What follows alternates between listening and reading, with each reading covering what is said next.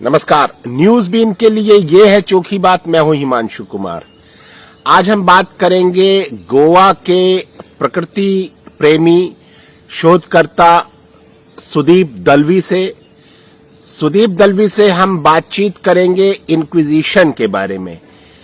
Wikipedia के मुताबिक inquisition एक ऐसी चीज है जिसे याद करना कोई नहीं चाहता, लेकिन वो इतिहास का एक भाग है। हम अपने दर्शकों से आज उसके बारे में जानकारी उनके सामने रखेंगे। सुदीप दलवी जी, नमस्कार। आपका हमारे कार्यक्रम चोखी बात में स्वागत है।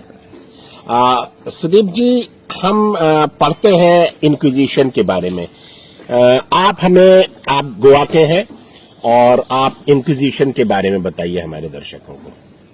जी देखिए, इंक्विजिशन जो शब्द है थोड़ा जोर से दी, उसका बेसिकली जो अर्थ है जी, वो है इंक्वायरी करना या पता लगाना जी, या शोध लगाना जी, या जिसको आप कह सकते हैं इन्वेस्टिगेशन, इन्वेंशन। जी, हम कहते हैं ना केंद्रीय अन्वेषण ब्यूरो, जी, सेंट्रल ब्यूरो ऑफ इन्वेस्टिगेशन। जी। तो इंक्विजिशन का शाब्दिक अर्थ है किसी चीज का पता लगाना या वास्तविकता का या हकीकत का पता लगाना। जी। This is the verbal meaning of the word inquisition. जी। अब आगे चलते हैं कि इंक्विजिशन इतिहास में कहाँ आता है। विकिपीडिया में इंक्विजिशन ऑफ गोवा करके है। ये इंक्विजिशन ऑफ गोवा क्या है? जी देखिए, ऐसा है कि इंक्विजिशन जी वास्तव में एक प्रक्रिया थी, एक प्रोसीजर था जी। और हमें इस बात का बहुत ध्यान रखना है कि ये किस कालखंड का है। जी। ये मध्ययुगीन कालखंड का एक हिस्सा है जी। मिडिवल हिस्ट्री का एक हिस्सा है जी। मैं ये बता दूं कि जब आपके यहाँ यानी नॉर्थ इंडिया में जी। जब सिकंदर लोदी का राज था जी। और किसी को ये आइडिया तक नहीं था या किसी को पता तक नहीं था कि मुगल भारत में आने वाले, अकबर की या बाबर की या हुमायूं की तो कोई खोज खबर ही नहीं थी कहीं से कहीं तक। जी। तो उस समय हमारे यहाँ पे पोर्तुगीज सत्ता का पदार्पण हुआ 1510 में। जी। 1510 में अल्फोंसो दु अल्बुकर्क ने पहली बार गोवा पे विजय प्राप्त की। जी। उसके पहले के इतिहास में मैं थोड़ा सा जानना चाहूंगा। जी। गोवा में अंतिम जी। हिंदू राजवट या हिंदू डायनेस्टी जिसे कह सकते हैं, जी। जो लोकल थी, जिसको आप सन ऑफ द सॉइल कह सकते हैं, जी। वो थी कदम्ब। जी। और कदम्बों के अंडर जो गोवा था वो उस समय के हिसाब से 1345, 1346, 47 इस समय के आसपास के हिसाब से it was a feudal society. वह एक मध्ययुगीन सामंती काल था जी। जिसके अंदर सामंतवाद का प्रादुर्भाव, उसका फैलना, उसके अवगुणों का, उसके गुणों का ऊपर चढ़ना और ये सब हम देखते हैं। इस स्थिति में उस समय गोवा की सोसाइटी, उस समय का समाज था। ब्राह्मणवादी सत्ता थी। ब्राह्मणवादी सत्ता थी, बिल्कुल जी। एक जमींदारवादी, एक जेंट्री की सत्ता थी, लैंड होल्डर्स थी। Not the rule of land tillers but the rule of land holders. जी। यहाँ पे स्वशासन जिसे कहते हैं गांवों में, जी। वो पहुंच चुका था। गांवों की अपनी इंडिपेंडेंट सोसाइटीज थी जिसे गांवकरी सिस्टम कहा जाता है, जिसे पोर्तुगीज भाषा में कोम्युनिदाद कहते थे। कोम्युनिदाद यानी गोत्र के हिसाब से या वर्ण के या वंश के हिसाब से जिस प्रकार से गांव बसते हैं, उस प्रकार से गांव की सारी जमीन में सारे लोगों का हिस्सा होता है और उस हिस्से का यानी जो एक सिस्टम उनका बनाया हुआ था, जिसको आप सिमिलर टू आपके गणराज्य जो चाणक्य के समय में हुआ करते थे उनसे आप कंपेयर कर सकते हो। यानी डिग्री ऑफ फ्रीडम वहां तक थी, लेकिन राज जेंट्री का ही था, फ्यूडल सामंतवादी सिस्टम ही था। जी। ये वो समय था जब 1350 में जी। गोवा पे पहली बार जी। कोई विदेशी आक्रमण हुआ और वो आक्रमण हुआ अलाउद्दीन खिलजी और उसके बाद में सेनापति मलिक काफूर के रूप में। जी। वो काल था जिस समय इस्लामी सत्ता जी। बिना किसी रोक टोक के हिंदुस्तान में एक के बाद एक विजय प्राप्त करते हुए आगे बढ़ती जा रही थी। जी। और उस समय कदम्ब राजसत्ता के ऊपर जो पहली बार अलाउद्दीन खिलजी का हमला हुआ 1350 में, उसमें हम पहली बार किसी बाह्य शक्ति के गुलाम बने। जी। और तब हमारी वो फ्यूडल सिस्टम थी जी। जिसका मैंने वर्णन किया अभी। जी। अब ये समय जी। या ये कालखंड जी 1350 से लेके 1510 तक का। जी 1350 से 1510 कितने साल होते हैं? जी करीब करीब 160 के करीब। जी 160 साल। जी। 160 साल के करीब करीब का ये समय जी हमारा इस्लामिक हुकूमत के अंडर जी। विभिन्न सल्तनतें बनती गई, बिगड़ती गई, उनके द्वारा जो सत्ता के खेल चलते रहे उसमें मतलब मुस्लिम शासक थे, लेकिन इस्लाम यहाँ का धर्म नहीं बना। नहीं, इस्लाम यहाँ का धर्म उस समय नहीं बना था। तो इस्लामिक शासन की बजाय मुस्लिम शासक थे। मुस्लिम शासक थे। जी। और मुस्लिम शासक भी कैसे थे कि वो एक दिल्ली सल्तनत की एक वो लास्ट स्टेज कह सकते हैं जिसमें इस्लाम तो कहीं रह नहीं गया था। एक अराजकता, एक विध्वंसक जिसको कह सकते हैं, एक बर्बरियत रह गई थी। इस्लाम तो उसमें कहीं था नहीं। जी तो वो कालखंड था जब हमारी गुलामी शुरू हुई जी। और वो 160 साल तक तब तक चलती रही जी। जब तक पोर्तुगीज सत्ता यहाँ पे आई नहीं। जी यहाँ पे पहले खिलजियों का राज था। खिलजियों के बाद में बहमनी डायनेस्टी आई। बहमनी डायनेस्टी के टूटने के बाद आदिल शाही सत्ता, जी। निजाम शाही सत्ता अहमदनगर की, जी। हैदराबाद की नहीं, अहमदनगर की। जी तो इन सब मुस्लिम सत्ताओं के सत्ता के खेल में गोवा अनेक बार एक हाथ से दूसरे हाथ जाते रहा। जी। और अंतिम बार यूसुफ आदिल शाह और आदिल शाह प्रथम, जी इसकी सत्ता जिस समय गोवा में कायम थी जी। उस समय पोर्तुगीज आक्रमण यहाँ पे हुआ। और वो पोर्तुगीज आक्रमण जो हुआ, तो वो आक्रमण किया उन्होंने सेना के द्वारा या व्यापार के द्वारा यहाँ पर आए? नहीं, एक प्रॉपर आक्रमण किया गया था सेना के द्वारा। सेना के द्वारा। सेना के द्वारा नहीं, नौसेना के द्वारा। जी तो यहाँ के जो स्थानीय जो सामंती वर्ग को रिप्रेजेंट करने वाले लोग थे, जी उन्होंने खुद जाके पोर्तुगीज के पास में एक रिक्वेस्ट की कि आप हमें युद्ध में सहायता कीजिए और आदिल शाह को बाहर निकलने में हमारी सहायता कीजिए। ओके। तो उन्हें शायद से इस बात का ज्ञान नहीं होगा कि जो पोर्तुगीज सत्ता जिसको वो आदिल शाह से लड़ने के लिए आमंत्रित कर रहे हैं, जी वो जीतने के बाद में वही सत्ता आपके हाथ में क्यों सौंपेगी। जी तो इस प्रकार से पोर्तुगीज का आगमन जी यहाँ के स्थानीय विवादों की वजह से हुआ। ठीक है। और पोर्तुगीजों का पहला हमला 1510 में हुआ। 1510 में पोर्तुगीज जो आक्रांता थे, जी। जो उनके नेवल कमांडर थे अल्फांसो डी अल्बुकर्क, उन्होंने पहली बार जी जो मांडवी नदी का मुहाना है, जहाँ पे मांडवी नदी समुद्र से मिलती है, जी उस जगह से आक्रमण करके पहली बार पेंजिम शहर को जीता। जो उस समय वहाँ पे आज का जो हमारा जो सेक्रेटेरिएट है, ओल्ड स्टेट सेक्रेटेरिएट, जो राजधानी है राज्य, जो राजधानी में जिसे आज भी आदिल शाह पैलेस कहा जाता है, अच्छा, ये वो स्थान है जहाँ पे आदिल शाह का एक छोटा सा महल किसी काल में हुआ करता था और बाद में उस लड़ाई के बाद में वो ध्वस्त हुआ।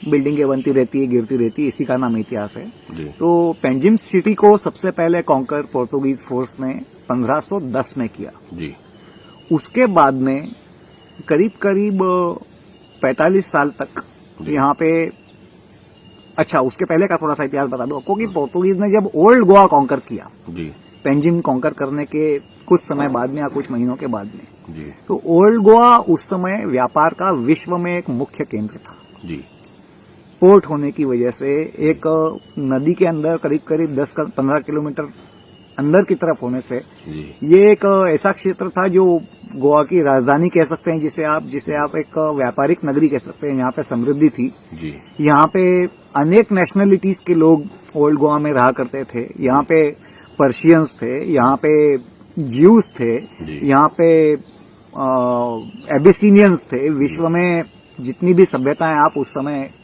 गिन सकते हैं, उन सभी के रिप्रेजेंटेटिव्स व्यापारियों के रूप में यहाँ पे थे। यहाँ पे व्यापार हुआ करता था।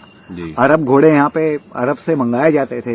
विजयनगर साम्राज्य में इन चीजों का बड़ा महत्व है, यदि आप इतिहास पढ़े तो, कि हिंदुस्तान से केशर, रेशम और लौंग, इलायची, इस तरह के मसाले, इनका एक्सपोर्ट और खास करके लोहे का एक्सपोर्ट, जो तलवार बनाने के ग्रेड का लोहा होता है, उस लोहे का एक्सपोर्ट, ये सारा गोवा से हुआ करता था। अच्छा।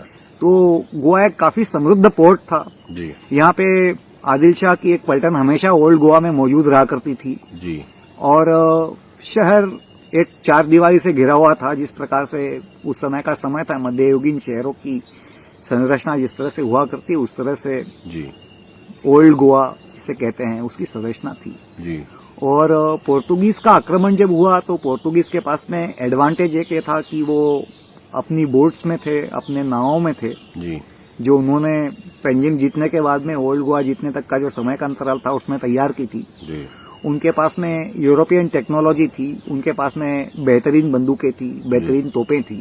जी और जैसा कि नेवल वॉर्स में होता है कि नावों का एक जगह से दूसरी जगह पे जाना संभव रहता है, लेकिन किला तो एक जगह पे खड़ा है, वो जी स्टेशनरी रहेगा। जी तो इस प्रकार से संख्या बल की असमानता होते हुए भी पोर्तुगीज ने गोवा को पहली बार पहले हमले में कॉन्कर किया, अच्छा, आदिल शाही को हरा दिया। आदिल शाही को हराया। जी आदिल शाही को हराने के बाद में समय को देखिए आप, समय का बड़ा महत्व है। जी ये वो समय था जब यूरोप में मूरिश सत्ता का अंत स्पेन ने किया था। ये वो समय था जब इस्लामी ध्वज लहराता हुआ पूरा, आज जिसे आप अफ्रीका, नॉर्थ अफ्रीका कहते हैं, मगरिब, जी ट्यूनीशिया से लेके अल्जीरिया से लेके लीबिया से लेके मोरक्को तक का जो इलाका, जो नॉर्थ अफ्रीका है, जो बर्बर रीजन कहलाता है। जी बर्बर जाति थी एक, बर्बर रेस थी एक, जी जो वहां की रेस थी। और वो लोग इतने क्रूर और हिंसक थे, ऐसा इतिहास बताता है कि उसमें से वो शब्द निकला, बर्बरियत। जी तो अरब विश्व काफी आगे तक फैल चुका था। जी बर्बर सभ्यता इस्लाम ग्रहण कर चुकी थी जी और जिब्राल्टर क्रॉस करते हुए एंडोनेशिया और स्पेन और जो आज का जो लैटिन वर्ल्ड है, जी स्पेन और पोर्तुगल, जी उस पे इस्लामी सत्ता कायम थी। उसके विरुद्ध एक जिसे कहते हैं क्रूसेड्स, वो एक जमाना अलग था। क्रिश्चियंस की और क्रिश्चियंस की और मुस्लिम्स की अंतर्राष्ट्रीय स्तर पे एक बहुत बड़ी अदावत और एक बहुत बड़ी लड़ाई हो रही थी। जी तो जब पोर्तुगीज सत्ता ने ओल्ड गोवा शहर को जीता, जी तो जीतने के बाद में हिंदुओं को और हिंदू व्यापारियों को और अन्य धर्म के मतावलंबी जितने व्यापारी थे, जी उन्हें तो छोड़ दिया गया, जी लेकिन जो मुस्लिम व्यापारी थे, खास करके जो अरब व्यापारी थे, जी उनका सपरिवार कत्लेआम किया गया। गोवा उन्हें मारा गया, उनको मार के उनकी लाशें मांडवी नदी में फेंक दी गई मगरमच्छों को खाने के लिए। अच्छा, यूरोप की जो अदावत थी उसका बदला यहाँ लिया उसका गया। बदला यहाँ लिया गया। अच्छा, तो इतिहास यही होता है, इतिहास इज हिस्ट्री इज हिस्टोरी। जी उसकी कहानी, ये वो कौन है, वो व्यक्ति है जो जीतता है। जी तो जो अत्याचार जी मूरों ने स्पेन में किए थे जी और जो अत्याचार मूरों ने अपनी विजय के दौरान जी वेस्टर्न यूरोप में किए थे, उन अत्याचारों का बदला यूरोप से हजारों किलोमीटर दूर या गोवा गोवा में यहाँ पे जी अरब व्यापारियों के साथ में निकाला गया। अच्छा, तो हमें ये कालखंड समझना बहुत इम्पोर्टेंट है, बहुत महत्वपूर्ण है हमारे लिए, जी क्योंकि किसका किससे झगड़ा, किससे अदावत, किस वजह से है, जी या वो जो एक दूसरे के प्रति उनका व्यवहार था, चाहे वो सदाशय पूर्ण हो, चाहे वो जी दुर्भावना पूर्ण हो, जी उसके पीछे के कारण क्या है वो जानना हमें बहुत जरूरी है। जी ज्यादातर लड़ाइयां तो सत्ता और बादशाहत के लिए हो रही थी। सत्ता, बादशाहत और और वो इलाकों युग पर था, कब्जा। ये वो युग था जब धर्मांध था, जी अध्यात्म पर हावी थी। जी जब धर्मांध था और रिलीजियस ब्लाइंडनेस, या जी जिसे हम आज की भाषा में कहते हैं बाइगोट्री, जी इट वॉज हेवी अपॉन वो तो आज भी हावी है। वो तो आज भी हावी और जी, सदा ही जी, रहेगी। तो जी, जब तक जी, सत्ता, अध्यात्म जी और जी सोसाइटी ये रहेगा, तब तक ये तो कायम रहेगा जी ही। जी जी तो उस समय वो युग वो था जब क्रूसेड्स चल रहे थे, जब धर्मयुद्ध चल रहे थे, जी और कई मुद्दों को लेकर, जेरूसलम पर कब्जे को लेकर, ईसाइयत, यहूदियत और इस्लाम, जी तीनों धर्म जिसे अपना पवित्र स्थल कहते हैं, उस मस्जिद अल अक्सा पर कब्जे को लेकर, जी जिसके ठीक नीचे देखेंगे ये तो जिसे यहूदियों की वेलिंग वॉल कहते हैं, ज्यूज की, और यही वो स्थल है जिसका हजरत मोहम्मद के जीवन से भी बहुत गहरा नाता है, जी ऐसा इस्लाम वालों का मानना है। जी तो ये जो क्रूसेड्स चल रहे थे और जब धर्मांधता का युग था, जी जिसमें सारी ईसाई शक्तियां एक तरफ थी और सारी इस्लामिक शक्तियां एक तरफ थी और इनके बीच में आपस में जिहाद या क्रूसेड्स या धर्म युद्ध चल रहे थे, ये वो समय था जी जी जब नेविगेशन में यूरोप ने काफी अधिक प्रगति के नए पैमाने रचे। जी जब अमेरिका की खोज भी नहीं हुई थी उसके पहले, जब मैगेलन ने दुनिया का चक्कर लगाया था पहली बार, मैगेलन वॉज अ पोर्तुगीज, जी और पोर्तुगीज एक वह इंपीरियल पावर थी, वह सामरिक शक्ति थी, यूरोपियन शक्ति, जी जिसने पहली बार जी समुद्र के और समुद्र से पर्यटन या यात्रा जिसे कह सकते हैं, तीर्थाटन कह सकते हैं, जी उसके महत्व को समझा। जी जो विश्व नया खोजा जा रहा था, देशाटन, तीर्थाटन की जगह देशाटन। जी तो जिस तरह से दुनिया एक्सपांड हो रही थी, दुनिया यानी उस समय जो दुनिया ज्ञात थी वह एशिया का एक हिस्सा और यूरोप और अफ्रीका का एक थोड़ा सा हिस्सा एक्सप्लोर हो रही थी, यही दुनिया ज्ञात दुनिया थी। जी। तो उसके बाद में जब सेकंड वर्ल्ड और थर्ड वर्ल्ड डिस्कवर हो रही थी, जी यह वो समय है जब जी। एक तरफ तो साइंस नई नई प्रगतियां कर रहा था जी और उसी दौरान धर्मांध विश्व जी उन प्रगतियों का अपने अपने एजेंडे को फॉरवर्ड करने में किस प्रकार से इस्तेमाल किया जाए उसमें दिमाग लगा रहा था। जी तो पोर्तुगल और स्पेन, जी इन दो देशों ने जी सभी यूरोपियन राजसत्ताओं को पीछे छोड़ते हुए जी एक नेवल सुप्रीमेसी कायम की दुनिया में। जी और एक क्षण वह आया जी जब पोर्तुगल और स्पेन का एक तरह से टकराव नजर आने लग गया नई जीती हुई दुनिया को बांटने के लिए। जी और ये वो दौर था जब वेटिकन ने, जब जी। पोप ने बीच में हस्तक्षेप करते हुए जी नए जीते हुए विश्व को दो हिस्सों में विभक्त किया। अच्छा जो ईस्टर्न कॉन्कर्ड एम्पायर था जी वो पोर्तुगल को दिया गया, जी वेस्ट में ब्राजील के एक बहुत बड़े हिस्से के अलावा, जी उसके अलावा जो भी वेस्टर्न कॉन्क्वेस्ट थी जी वो सारी स्पेन के नाम की गई। जी तो हम देखते हैं कि किस प्रकार से धर्म ने जी राजनीति की सेवा करते हुए जी नवविजित विश्व का विभाजन किया। जी तो ये वो समय था। जी तो इस दौरान जब गोवा पोर्तुगीजों ने आक्रमण के द्वारा जीता जी और जीतने के लिए भी उन्हें यहाँ के स्थानीय ब्राह्मणों द्वारा बुलाया गया था। जी यहाँ पे जीतने के बाद में उन्होंने वही किया जो उनसे अपेक्षित था। जी जिन लोगों ने उन्हें बुलाया जी सबसे पहले उन्हीं को उन्होंने विश्वासघात किया। जी उसके बाद में यहाँ पे अपनी सत्ता कायम की और वो सत्ता ऐसी कायम की कि जो 1510 में जी ओल्ड गोवा में, अब मैं तारीख मुझे याद नहीं आ रही है, मेरे ख्याल से 26 नवंबर थी, जी 26 नवंबर मेरे ख्याल से, यदि मैं सही रहा हूं तो, लेकिन मैं व्यूअर्स से कहूंगा कि वो क्रॉस चेक करें। जी 26 नवंबर 1510 में जी जो गोवा के ऊपर पोर्तुगीजों ने फतेह हासिल की, जी उस राज सत्ता का अंत जी उस समय हुआ 1961 में 1961 में, जब भारत के प्रधानमंत्री जवाहरलाल नेहरू थे। जी तो आपने सिकंदर लोदी को देखा, आपने अकबर को देखा, जी आपने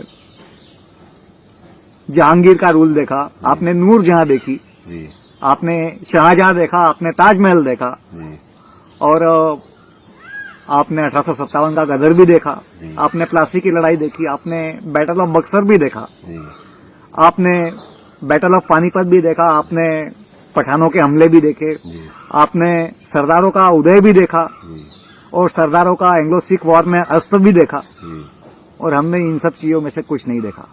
जी हमने 1510 में जी जिस समय पोर्तुगीज सत्ता ने हम पर विजय प्राप्त की थी, जी उस समय से लेकर 1961 तक लगातार जी बिना किसी एक भी संगठित क्रांति के, जी बिना किसी एक भी संगठित विप्लव के, जी पूरे 451 वर्षों तक जी एक यूरोपियन कॉलोनी की गुलामी की।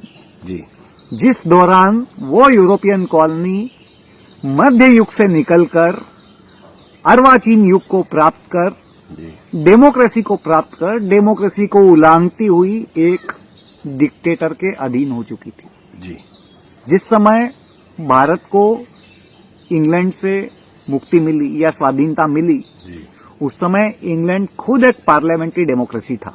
जी आप इस बात की ओर ध्यान दीजिए कि जिस समय भारतीय फौजों ने जी गोवा को आजाद कराया, जी उस समय गोवा खुद एक राइट विंग डिक्टेटर के अधीन था जिसका नाम था एंटोनियो ओलिवेरा सालाजार।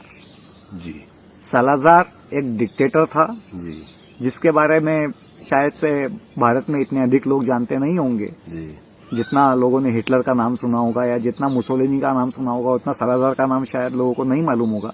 लेकिन मैं फिर भी आपके दर्शकों से रिक्वेस्ट करूंगा कि एंटोनियो ओलिवेरा सालाजार और दूसरा जनरल फ्रैंको, इन दो को आप विकिपीडिया पे सर्च कीजिए और इन दो के बारे में आप थोड़ी सी जानकारी लीजिए। इंक्विजिशन के बारे में फिर हम आ जाते हैं। इंक्विजिशन, जी तो पोर्तुगीज राजसत्ता कायम होने के बाद में जी पोर्तुगीज साम्राज्य की पहली रुचि व्यापार में थी, जी धर्म में नहीं।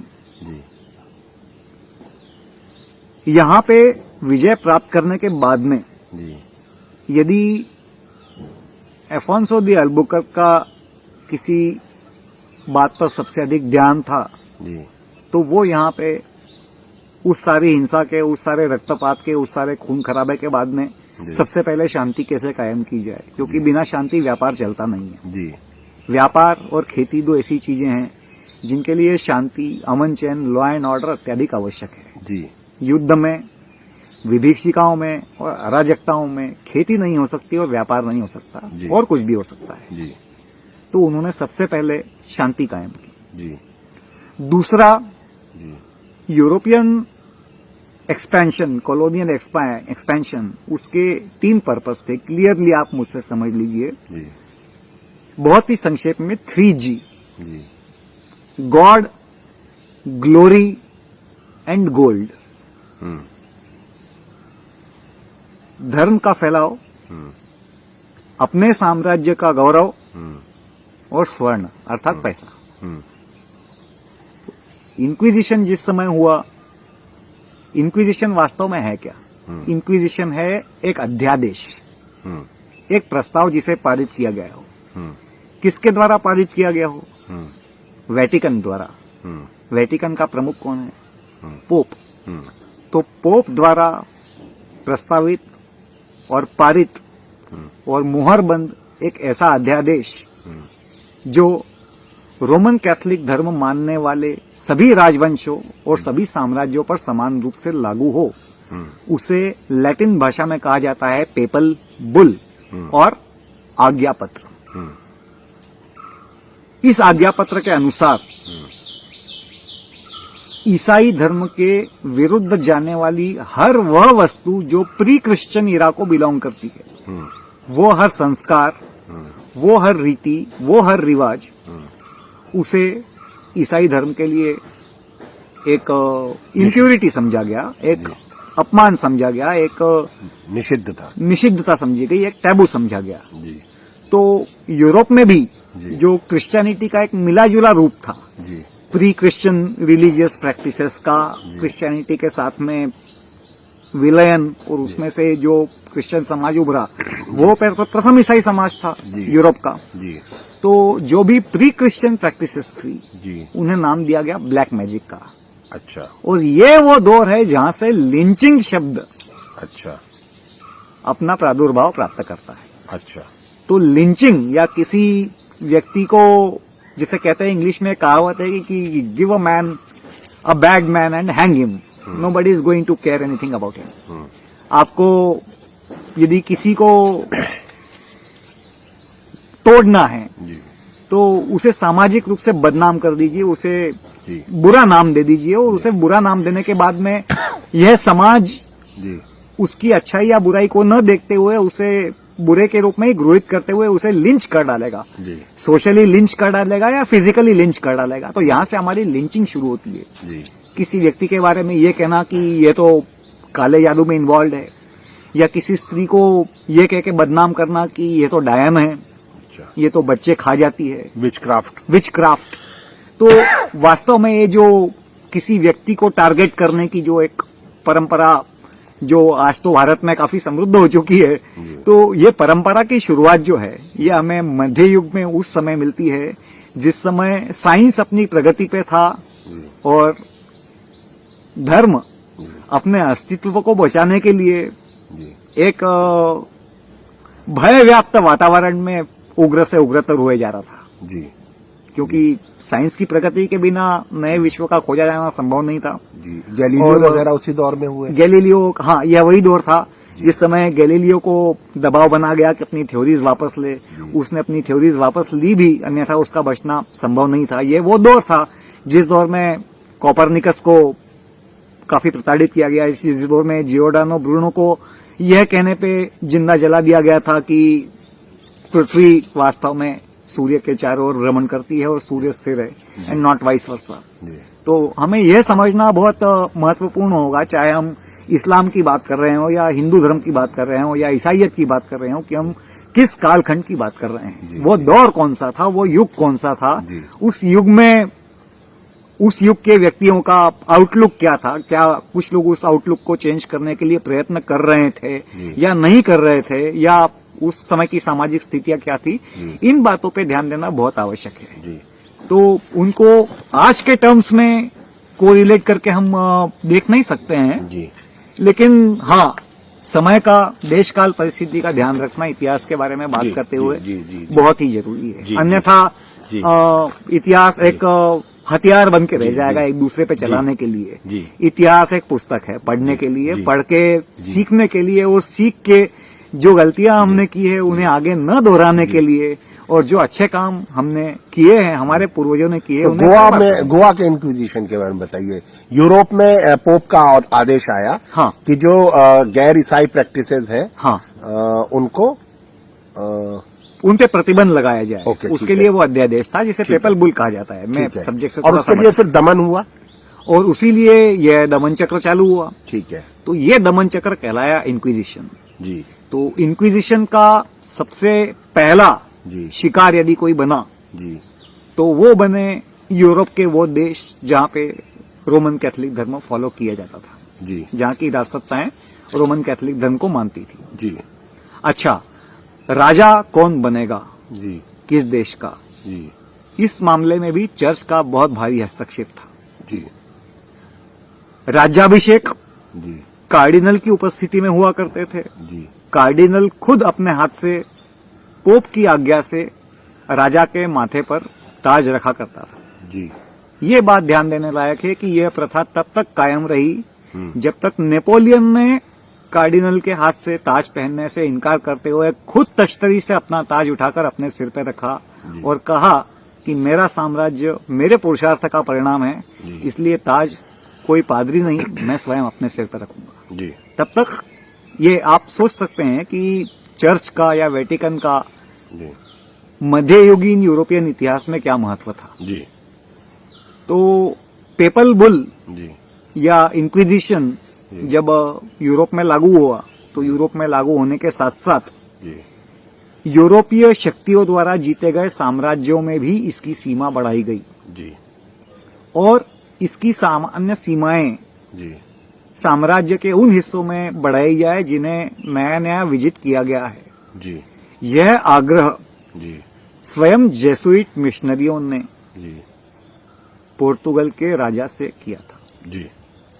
जिस आग्रह के बाद में इंक्विजिशन की सीमाएं जी यूरोप से बढ़ा के ईस्ट इंडीज अर्थात भारत में पोर्तुगीजों द्वारा जीते गए राज्यों जी अर्थात गोवा, दमन, दीव जी, दादरा नगर हवेली जी, और सबसे महत्वपूर्ण आज का मुंबई शहर, उस समय बॉम्बे था जी, वसई जी, विरार जी, जो कि आज मुंबई के सबर्ब है जी, उस समय पोर्तुगीजों के बड़े मजबूत बंदरगाह हुआ करते थे। चौल जी, यदि आप जी, थोड़ा सा अर्वाचीन इतिहास पढ़े तो चौल जी, रेवदंडा जी, गोवा और वसई जी, और दमन, दीव जी, ये भारत में पोर्तुगीज साम्राज्य के हिस्से थे, तो जो इंक्विजिशन जी पोर्तुगल में लागू हुआ जी वो कुछ ही समय बाद गोवा पहुंचा।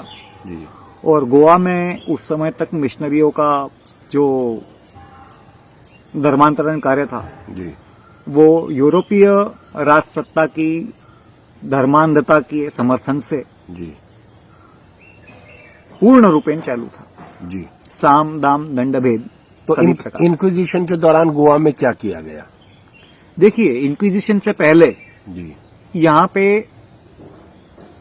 यूरोपियन सत्ता द्वारा जी समाज के ईसाईकरण का प्रयोग किया गया। जो वास्तविकता है वो वास्तविकता है जी। भले ही उनका आज की तारीख से कोई संबंध ना हो, ये मैं बार बार कह रहा हूं। जी जी जी मगर यहाँ पे फ्रांसिस्कन्स, सेलेसियंस, जेसुइट्स, ये जो बहुत सारे अलग अलग प्रकार के जो कैथलिक ऑर्डर्स थे जी जो गोवा में आए, जी यहाँ पे पोर्तुगीज सत्ता कायम होने के बाद में जी उन्होंने अनेक कम्युनिटी के लीडर्स को पहले कोर्स किया, इंटिमिडेट किया। जी उनके द्वारा पूरे के पूरे गांव की कम्युनिटीज को उन्होंने ईसाई धर्म में धर्मांतरित किया। जी मगर वो धर्मांतरण केवल स्किन डीप था, यानी वो धर्मांतरण केवल नाम मात्र था, क्योंकि यहाँ के लोगों ने जी धर्मांतरित होने के बाद भी जो उनकी पूर्व परंपराएं थी जी वो परंपराएं मानना बंद नहीं किया। जी और यही कारण था कि इंक्विजिशन की सीमाएं जी गोवा में लाई गई। जी और मैं बार बार कह रहा हूं कि इन बातों का प्रयोग एक वेपन के तौर पे आज की तारीख में इस्तेमाल न किया जाए। जी ये वास्तविकता है, ये यथार्थ है और गोवा की जनता इसे जानती है जी और इस कटु सत्य से भली भांति परिचित है। जी। यही कारण है कि हमारे यहाँ आज तक कभी ईसाई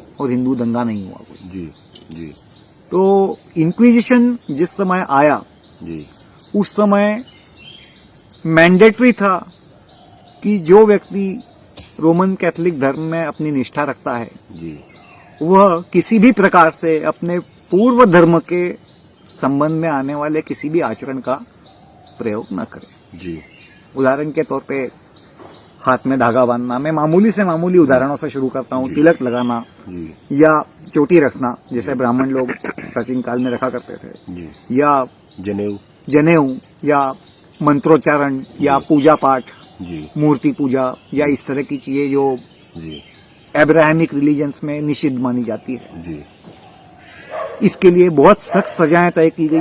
जी और इंक्विजिशन कोई जिसे कहते हैं मॉब लिंचिंग नहीं थी। इंक्विजिशन एक बहुत ही सिस्टमैटिक संस्था थी, जी एक चर्च द्वारा सेट की गई एक सिस्टमैटिक संस्था जिसमें चेयर्स थी, जिसमें बकायदा टेबल ऑफ इंक्विजिशन था। जैसे आप न्यायालयों में देखते हैं कि न्यायालय के सामने बकायदा एक टेबल होता है, एक कटघरा होता है जिसमें विटनेस को खड़ा किया जाता है, जिसमें शपथ दिलवाई जाती है, लोगों के बैठने के लिए बेंचेस होती है। तो इंक्विजिशन एक प्रॉपर सिस्टम था।